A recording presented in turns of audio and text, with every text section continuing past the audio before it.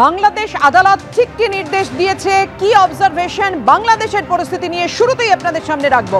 বাংলাদেশে ইসকনকে নিষিদ্ধ করতে স্বতঃপ্রণোদিত হয়ে আদালত কোনো নির্দেশ দেবে না, আবেদন খারিজ করে জানিয়ে দিল বাংলাদেশ হাইকোর্ট। স্বতঃপ্রণোদিত হয়ে আদালত কোনো নির্দেশ দেবে না জানিয়েছেন বিচারপতি। ইসকনকে নিষিদ্ধ করা নিয়ে বাংলাদেশ সরকারের অবস্থান জানতে চায় হাইকোর্ট। আজকের শুনানিতে নিজেদের অবস্থান স্পষ্ট করেনি ইউনূস সরকার। বাংলাদেশে অশান্তি নিয়ে উদ্বেগ প্রকাশ আদালতের, কাউকে আইন শৃঙ্খলা ভাঙতে দেয়া যাবে না নির্দেশ বাংলাদেশ হাইকোর্টের। বাংলাদেশে অস্থিরতা তৈরির চেষ্টা চলছে, হিংসা রুখতে কড়া পদক্ষেপ নিচ্ছে বাংলাদেশ সরকার। গোটা বিষয়টি সর্বাধিক অগ্রাধিকার দিয়ে দেখা হচ্ছে। আদালতে এমনটাই জানিয়েছে বাংলাদেশ সরকার।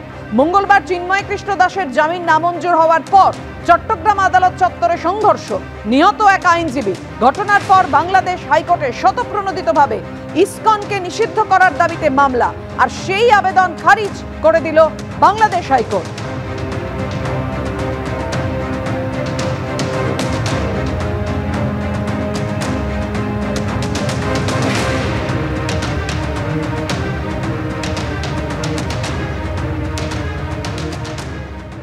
ইসকনের কলকাতা শাখার ভাইস প্রেসিডেন্ট রাধারমন দাস কি বলেছেন? বাংলাদেশে কট্টরপন্থীদের নিশানা ইসকন, একেবারে শিবচরে জোর করে ইসকন সেন্টার বন্ধ করা হয়েছে এমনই অভিযোগ করছেন তিনি।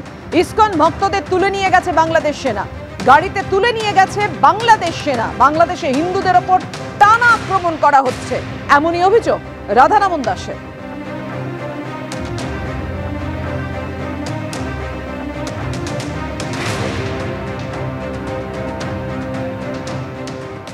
আপনারা জানেন কি বাংলাদেশে ইসকনের অনেক মন্দির আছে, 100 থেকে বেশি সেন্টার আছে। তো এটা নিয়ে অনেক আমরা চিন্তায় পড়ে গেছিলাম কি যদি গভর্নমেন্টই ব্যান করে দেয় তাহলে এত লক্ষ লক্ষ ভক্তরা কোথায় যাবে। আমাদের এত মন্দির আছে, বড় বড় মন্দির আছে, ঢাকায় 5টা মন্দির আছে, বড় মন্দির আছে। তো এইরকম আমরা খুব চিন্তায় ছিলাম।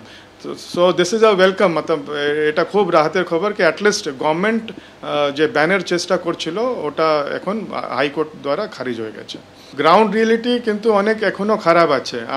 আমরা দেখছি কি অনেক জায়গায় মিছিল করা হচ্ছে, আর অনেক বড় বড় মিছিল করছে, 10,000 15-20 হাজার মানুষ ওরা বেরোচ্ছে, আর ওখানে স্লোগান দেওয়া হচ্ছে কি আমরা ইসকনকে চাই ব্যান করা দেওয়া হোক, না হলে আমরা এক এক ইসকন ভক্তকে আমরা কিডন্যাপ করে টর্চার করে মেরে ফেলবো। আপনারা দেখলেন কি কীরকম শিবচরে একটা মব আসলো, আর ওটা আমাদের একটা নামহাট সেন্টার ছিল, ওখানে মন্দিরের সামনে গ্যাদার হয়ে হুমকি দিয়েছে, আর পুলিশকে ওরা 3-4 ঘন্টা সময় দিয়েছে কি এই মন্দিরে তালা লাগাও, না হলে আমরা নিজে হাতে আমরা করব। তো ফরচুনেটলি পুলিশ এসে আমাদের ওখানে যত ভক্ত ছিল ওদেরকে নিয়ে গেছে সিকিউরলি ওখান থেকে। আমরা জানি কি জেল এটা সামান্য জায়গা নয়, ওখানে অনেক ক্রিমিনালস থাকে। তো এটা তো স্বাভাবিক বিচার। আর যে ব্রহ্মচারী যে সাধুর জন্য একটা জেলের ভেতরে এটা সামান্য জায়গা না, খাবার অসুবিধা, সব কিছু করা অসুবিধা, ইভেন ও খেতেও পারবে না।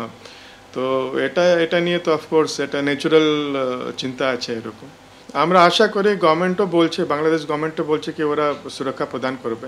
তো এটা খুব ওয়েলকাম স্টেটমেন্ট। তো আমরা আশা করি কি এটা করা হবে। আর স্পেশালি যারা এরকম স্লোগান দিচ্ছে কি আমরা এক একজনকে ধরে স্লটার করব, তো ওদের বিরুদ্ধেও কিছু ব্যবস্থা নিতে হবে। কেন কি যখন এরকম স্লোগান যদি রাস্তায় দিতে থাকবে ওরা, তো এটা মাইনরিটিস ভেতরে খুব আতঙ্ক সৃষ্টি করছে।